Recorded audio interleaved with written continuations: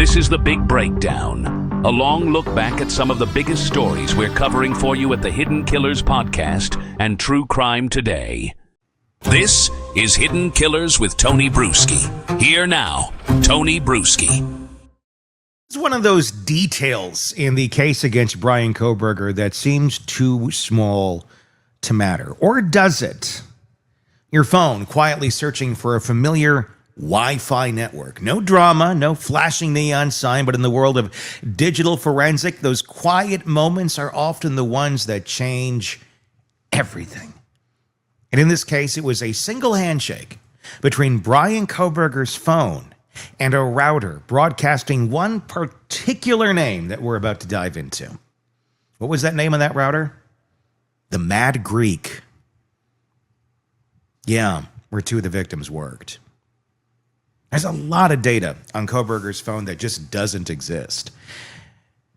And comparing that to many of the cases we follow where the digital footprint seems pretty obvious and kind of shocking that no one even made an attempt to delete it, Kohberger made an attempt, and likely a successful one at that, because a lot of the data, digital footprint, it's just not there. You can tell it was there, but you can tell it's been wiped, and wiped in a way that makes it non-recoverable. At least most of it. But there are little glimmers here, little pieces of the story that many are digging into and many are finding answers, including some folks at Cellubrite. Who can say definitively his phone connected or at least saw the Mad Greek network? Now, what does that mean? We're going to break this all down in case technology is not your thing. It means that at some point he was near the Mad Greek, which is not a crazy thing to guess. I mean, it's not that big of a community. He's a vegetarian. They have vegetarian options. He's a professor in the general area. And if you're just out living your life in any way, shape, or form, it's likely at some point in time you might have come near this network where your phone then goes and says, you know, hey, this is on the network. And if you click on it and you know the password, or if there is no password, you connect to it. Like if you do it right now, if there's people around you, if you live in a neighborhood, if you're not secluded to the middle of nowhere, go to Wi-Fi networks. You will find many of them just waiting for you to connect. And you may be kind of disturbed by the names some of your neighbors give them. I like to change mine all the time to very disturbing things that make my neighbors question why they are currently still living in the neighborhood. I'm kidding, I don't. It's very normal. But just think about that for a second. What does this mean? It looks like it could be a big deal. Or is it just a red herring? He passed by. So did thousands of people who've never eaten at the Mad Greek. If you look at their phones, you will find, past that Wi-Fi, you'll find thousands of networks in your phone, maybe tens of thousands of networks in your phone data that you never connected to, but your phone data says you were near. And in a case like this, every little breadcrumb matters. And that's why we're talking about it. The Mad Greek, if you're just starting to pay attention to this, wasn't just any local spot in Moscow, Idaho, where all of this went down. It was the place where two of the victims worked. And when Cellubrite's forensic examiners went line by line through the phone's data, they found that network in its history. They didn't say it proved he sat down there and had a vegetarian pizza with a diet right. No, they didn't say it put him there for sure. They don't say it put him in conversation with anyone. What they said was simple. His phone had at some point recognized and likely connected to the Mad Greek's Wi-Fi. Not a rumor, not a memory. That is a digital artifact of all of this. To understand why this matters, you have to appreciate how your phone behaves when you're not paying attention. Every few seconds, it's scanning. It's basically asking, do I know any of you? To all the routers that it's seeing. And if it does, then you have the setting checked to connect. It tries to connect to these networks that it knows automatically. So you have better Wi-Fi. It does it at the grocery store, at your friend's house, at the coffee shop where you once asked for the password. Your device stores those networks like a Rolodex with timestamps and when you last shook hands with them. And that's exactly what the forensic team saw at the Mad Greek. Why is it important? Because of what else was in the phone. and what wasn't. The Celebrite team, Heather and Jared Barnhart, weren't just looking at his saved networks. They were mapping behavior. And they found what they described as abnormal gaps in his data. On both his phone and his school-issued computer, Windows logs that should have been recording activity between November 11th and 16th. Guess what? Dead silent. Chrome history entries missing exactly when downloads occurred. They told the court those gaps could be consistent with cleanup or anti-forensic techniques. That's a posture of someone trying to control their digital shadow. It's like scrubbing footprints off a dirt path. But here's the thing about being human. You never scrub everything.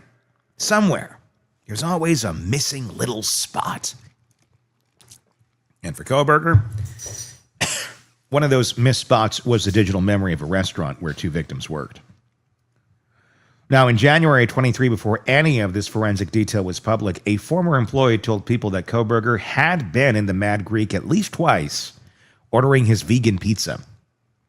And that statement exploded online.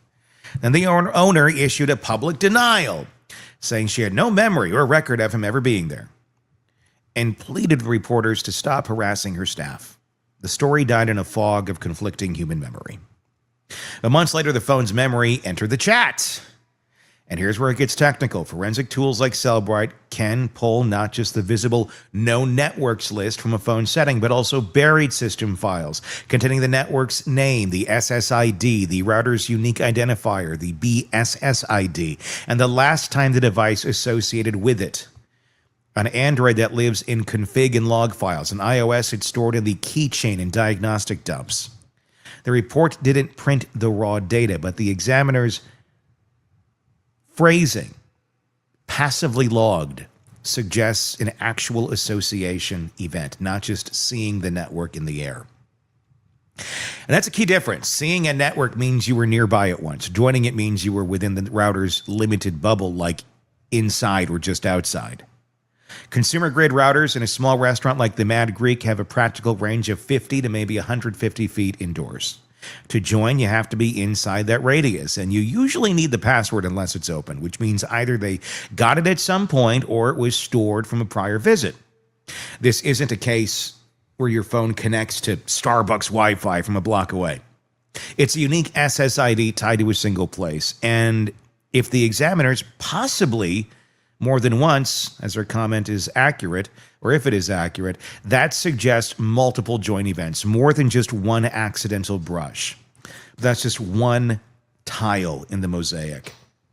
The same phone was part of a larger behavioral pattern that night. The FBI's CAST expert mapped it, active around 2:47 a.m., using a tower southeast of his apartment. Then radio silence at 2:54 a.m. Not a dead battery, not a dropped call, full communication, blackout. And then 4:48 a.m. it came back. That window lines up precisely with the estimated time of the murders. Separate unsealed records show that at 12:26 a.m. he searched for the local police dispatch feed on Broadcastify. It's not bedtime scrolling, that's operational. Now put yourself in the mindset the data describes. You're someone who spent months studying crime formally in a PhD program, and privately, through your own obsessions, you've been driving by the victim's house late at night over and over. Your school computer goes quiet for days. Your phone links to a restaurant where two of the victims work. On the night in question, you're awake past midnight looking up police radio. Then you vanish from the network just before 3 a.m. and reappear 2 hours later. Those are choices. Those are rehearsals executed as reality. The Mad Greek artifact doesn't tell us what he ordered or if he made eye contact with anyone, but it adds a point on the map of his known world. It places him inside, or close enough to connect to the environment of two people who would later be murdered. And because it survived the larger digital cleanup, it stands out as one of those mundane oversights that prosecutors love. Not because it's a smoking gun, but because it's an unforced error in an otherwise careful pattern. And the rest of that pattern is worth talking about. On the school computer, Windows logs and the SRUM data missing for the key window, even though it was a normal academic week. Chrome history gaps coinciding with downloads, suggesting private browsing or deliberate deletion. And then, of course, on the phone, the abnormal gaps, the radio silence during the crime, the phone scanner search, the connection to the Mad Greek, all of it framed by repeated cell site hits near the victim's house in the weeks before. What does that say about motive? Well, nothing directly. Digital evidence, well, it does sometimes, but not necessarily here. He didn't necessarily do the search of how to kill college girls in a house. You know, it wasn't about knife work. It was a breadcrumb that he connected to a network.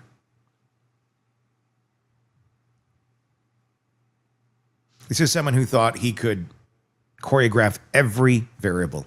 His movements, his device activity, his digital exhaust. Someone who believed that control could be total. The forensic team's job was to show the jury where that belief cracked. There's another human element here, too. When the restaurant's name started bouncing around the news, the owner and the staff became unwilling characters in a national crime story they never asked to be part of. The owner's denial may be honest. Human memory is flawed, especially when you serve hundreds of people. The phone's memory is flawed, too. It doesn't know why it connected or what happened after. Holding both truths is the only responsible way to tell this part of the story. And that's the point I keep coming back to. The Mad Greek, the log isn't about proving a relationship. It's about proving familiarity. Phones don't save networks by magic. Phones, it's data. It's there or it's not. He didn't type in the Mad Greek and suddenly the network showed up on a log. He was close. Very close to it at some point in time. The level of interaction, that's the point in question. And I don't think it's hard for anyone to believe that at some point in the weeks leading up before the murders, that he knew more about them than we will ever know. He hid his tracks well enough. And he was close enough to that router in that restaurant to shake its hand. That's it.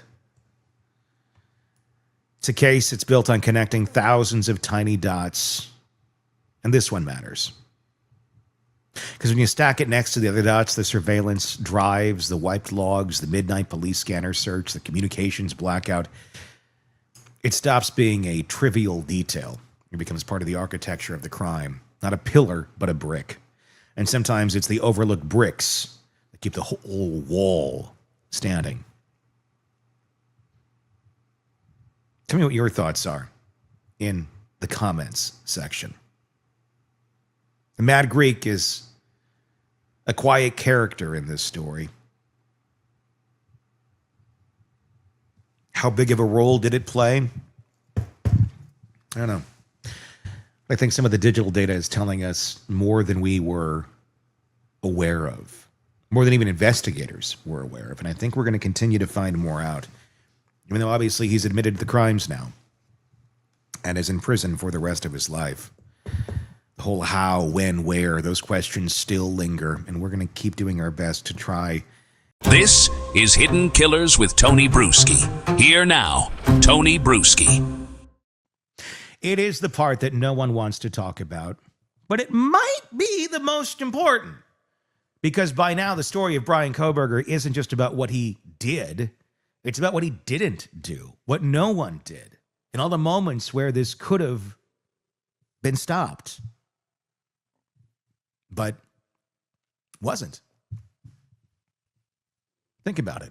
Reports of him circling the King Road house more than 20 times. A prior break-in in Pullman that looked like a dry run. Was it him? Tinder messages that went dark fast. Police scanner searches hours before the murders. Women's ID cards found stashed in a glove box like souvenirs of people who don't know they've ever been chosen. And that, all of that. And no one connected the dots. But how do you connect the dots if you don't know there's a dot there? Because Kohberger did a lot of this covertly. In hindsight, you can look at it. You can say it's easy to point fingers after the fact, but if we don't ask the hard questions now, then what exactly are we waiting for? In this chapter, we're going to ask some uncomfortable but necessary questions. How do we keep this from happening? What systems failed? What systems worked according to plan and still allowed this to happen? What warning signs were missed? And why is it so darn hard to intervene before a line is crossed? Joining me again is psychotherapist and expert on violent offenders and author of the book, The Minds of Mass Killers. Get it wherever you get books. We're digging into the gap between behavior and accountability and asking whether this case was a tragedy or a failure. Siobhan, let's start there. I want to talk about his pre-crime behavior a bit, because there's a lot of it. I mean, when we're looking at the full scope of his pre-crime behavior, whether that be from the stalking of the house to the ID cards. But if we go back even further, we go back to the time where, he stole his sister's cell phone and then tried to sell it for allegedly, heroin money at the local mall kiosk. With that having been his action, his dad turned him in to the police for it. He got a slap on the wrist. But is there more? Obviously, I think Kohberger's parents probably did the best they could with the knowledge that they had. I don't have a lot to criticize them about. But in the future, you got that sort of thing going on with your own kid and your own household that seems to have no emotional reaction to doing something like that hurts a close loved one.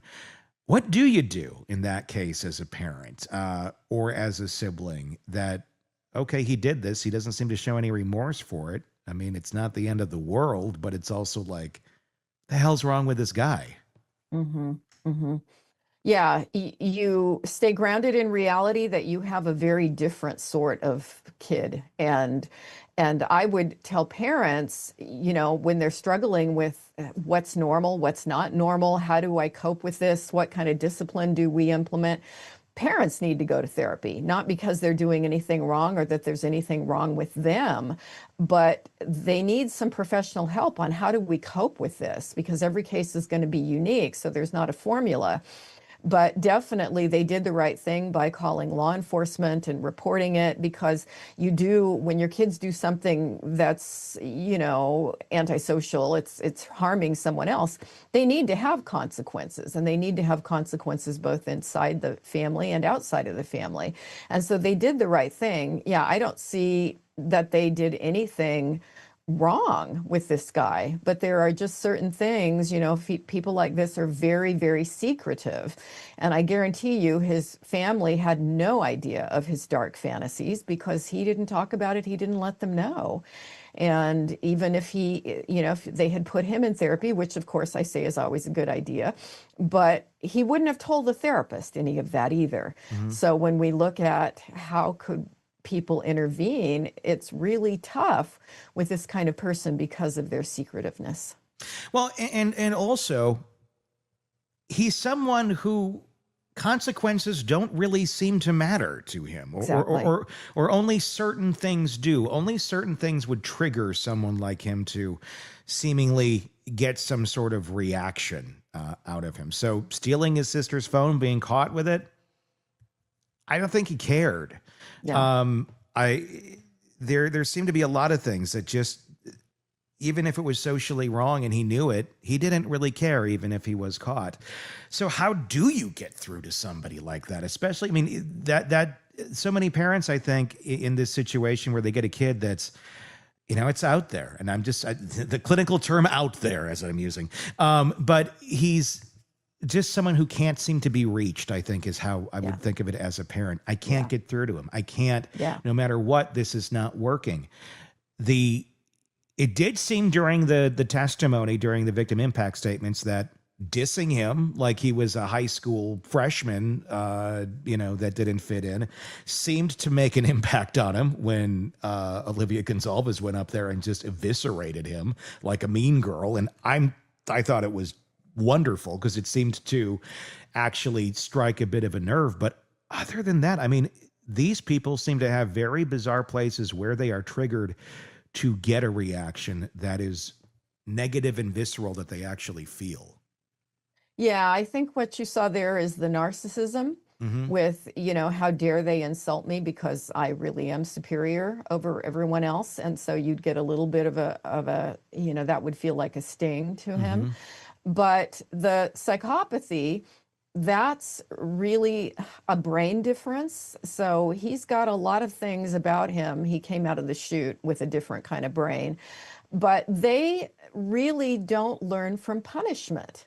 And that's one of the key factors of the personality is they don't feel the same fear that normal people feel, which is why they'll do these really risky things that most people would just not ever do, They don't have empathy and they don't learn from punishment. So if you're raising a psychopathic kid, man, that's tough because all the things that work with your other kids don't work with them. Not every, maybe I'm wrong. I'm going to say not every psychopath turns out to go and kill or be a complete menace to society. I'm sure they leave a wake of destruction, but how do they learn then? How, if punishment doesn't make them learn, and I mean, what does tell them when something is bad and you shouldn't be doing this that actually works and makes them not want to do it? Some of them learn very early on that life just goes better for them when they don't break the law, and they're the people that go into politics and the legal profession, they become ministers. Well, that's comforting.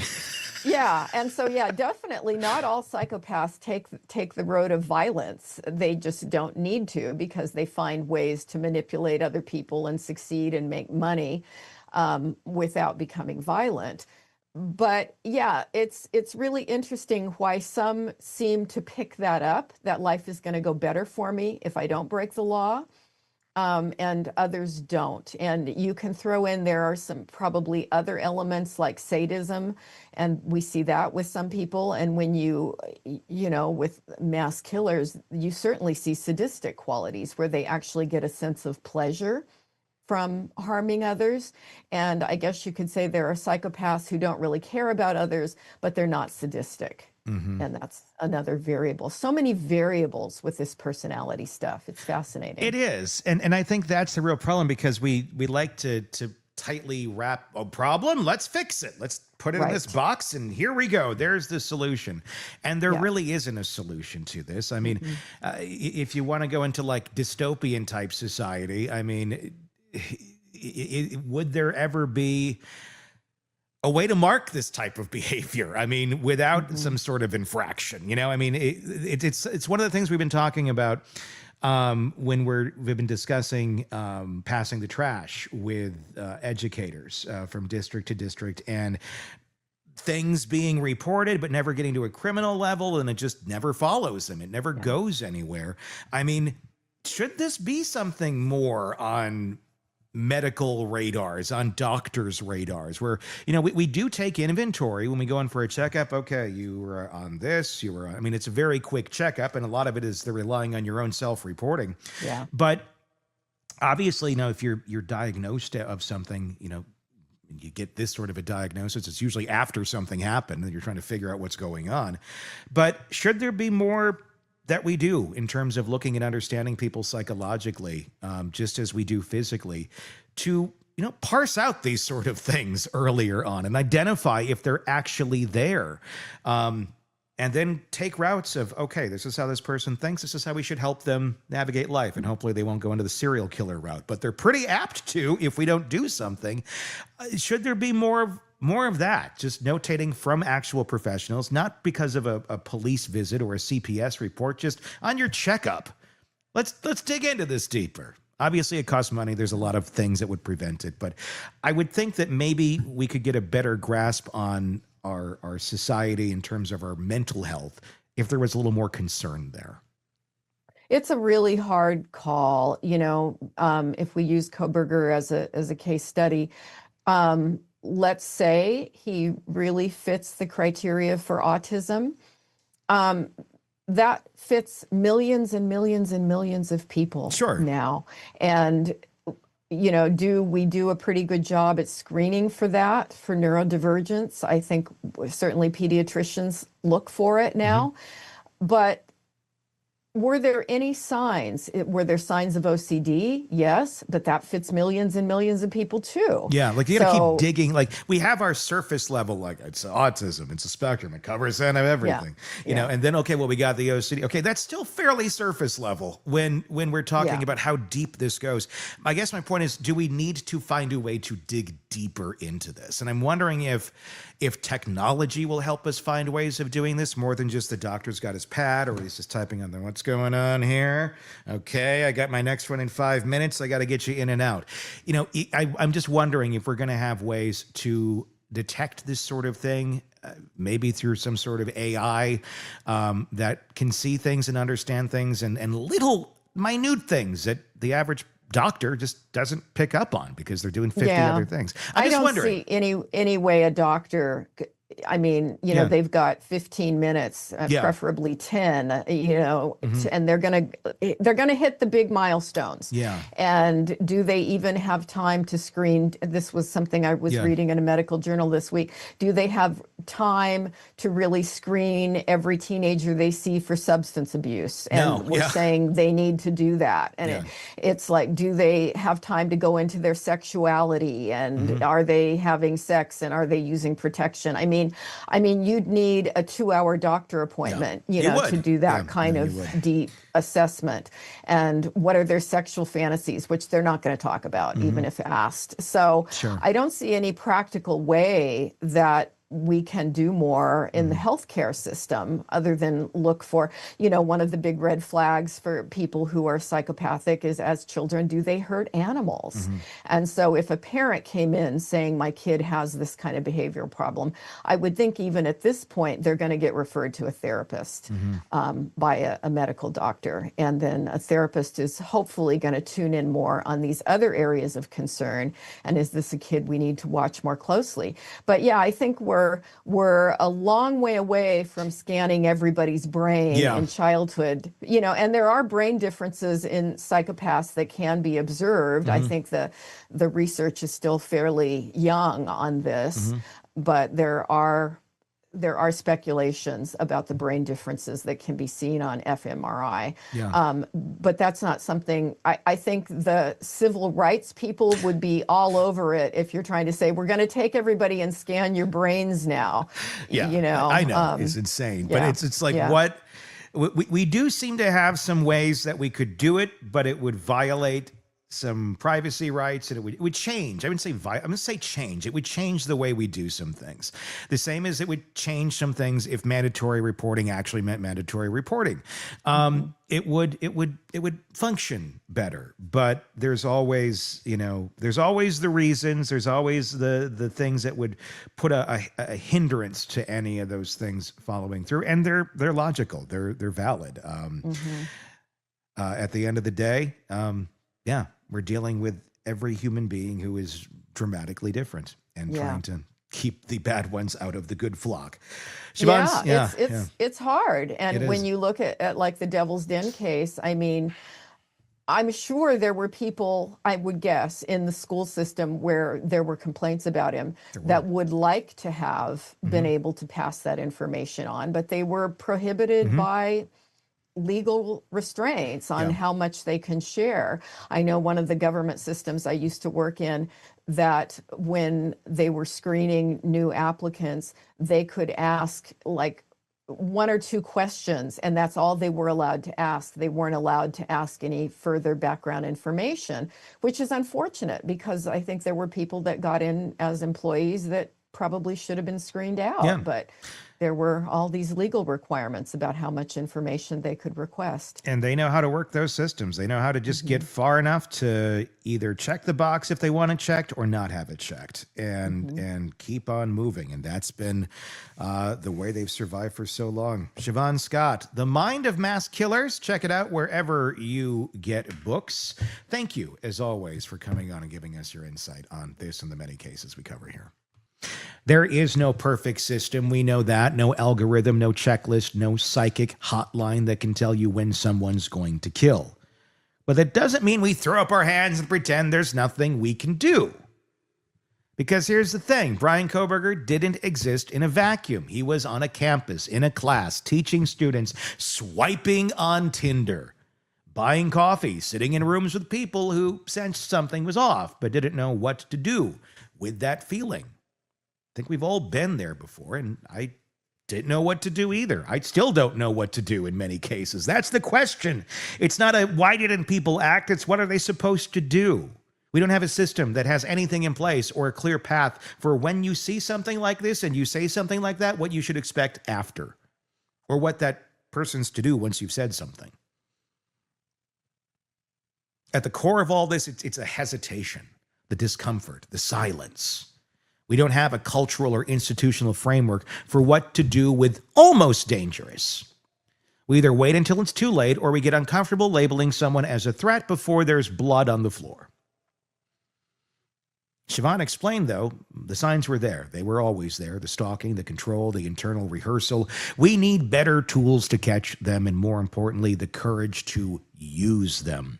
So the question becomes, what do we do with the next guy who's weird in all the wrong ways, who sends one to many disturbing messages on Tinder, who circles a home 20 times at night? Do we wait and hope we're wrong, or do we act and risk being early?